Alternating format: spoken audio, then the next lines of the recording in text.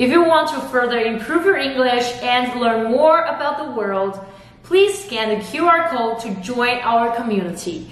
We have weekly courses and Q&A sessions. Hello, 大家好，我是钟宇彤。I'm Eric Zhong, and I graduated from Fudan University. I took part in the 21st Century Cup together with Jia Yi a couple of years ago.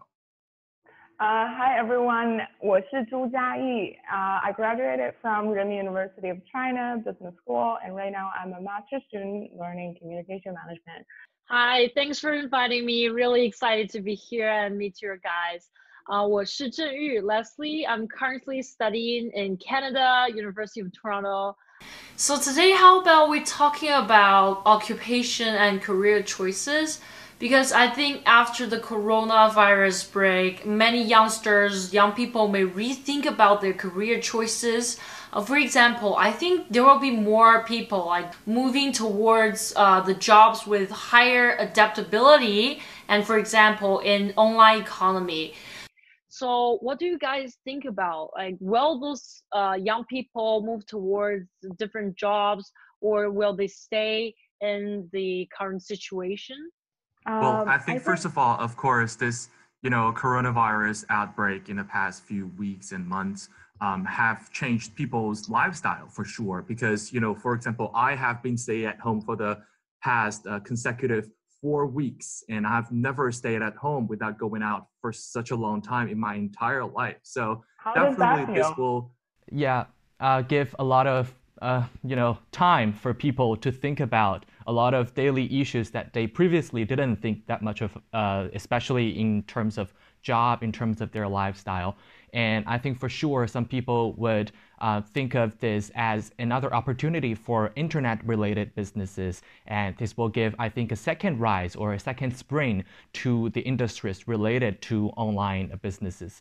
For example, the tutoring online, and even lecturing online, and even selling products and touring people from online live streaming. So I think all of these industries are kind of forced to develop even more creative ways to attract people. And it also gives people a relatively higher reliance on these electronic appliances, because when you are at home, there is nothing much else to do, and you are more or less turning to your mobile phones or TV for entertainment, for information. So I think this enhances the reliance on these electronic appliances, and so that people would definitely have a different user habits, and this surely will change some businesses, in my opinion. Yeah, I would totally agree. I think the coronavirus and this new living lifestyle, although it is not permanent, it does lead us to rethink what kind of careers that we want to have. For me personally, I have always focused on technology, and that's kind of my passion. But after this, I was really thinking about whether I want to focus on technologies surrounding healthcare.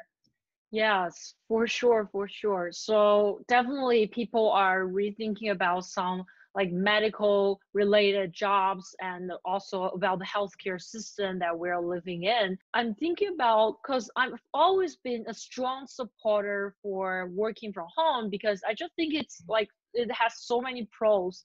Like, no need to commute. You will just start meeting anytime you want. For example, like us, we can meet anytime, anywhere we want. You can just enjoy doing office work when you are in a place like home. Okay, just as Jessie said, we have less physical interaction with our colleagues.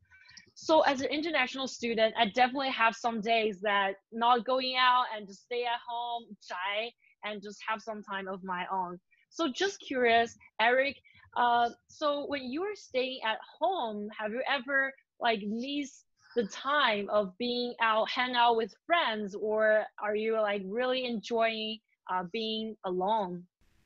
Well, I mean, when you're staying at home, when you work online, there's this phrase that what is called home office.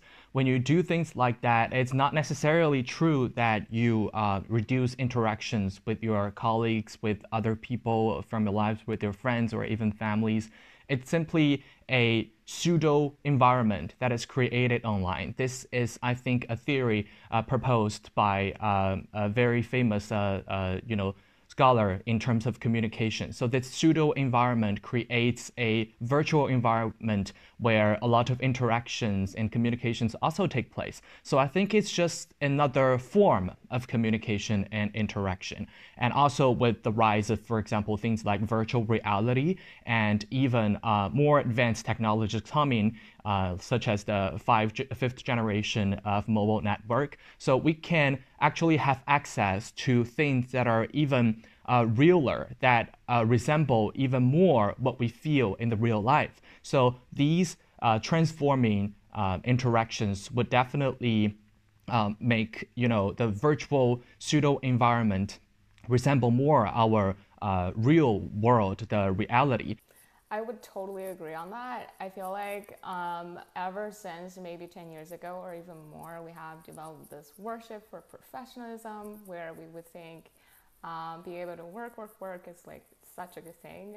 And we've actually developed systems around it, like digitalization is a big theme of the past decade, and digital nomads is a term to describe people who work digitally and being able to move around the world and not disturbing the way that they work. And so being accessible, being digital also means, like what you described, working long hours. And so right now it's almost like 24/7, your boss could reach you, which can be a good thing or a bad thing. So yeah, I definitely think it's gonna be, and it is right now, a very big theme in our working life. And it's definitely something that we need to think about when it comes to career, especially here in China. I feel like culturally we're very hardworking. That's globally well known that we're very hardworking. But for countries like in Germany, for example, like they would have this very strict separation between their working life and personal life, where they're not reachable after work, even if they have a phone. Like they're not going to respond to their boss email, and their boss will generally not text them after work because it's considered unprofessional. And so I do think it is something that we should think about professionally and culturally as well. And another thing that Eric mentioned that I really want to echo with is that he mentioned that the interactions between people not necessarily got cut down, but it's in another virtual form. So for me personally, that's really true, because for the past months, I've actually called more friends than I ever did in the past year, because I know they're staying at home and I do want to talk to them about how is coronavirus going on at home. And so yeah, I do feel like actually we interacted more because they all stayed at home and because we can actually talk digitally.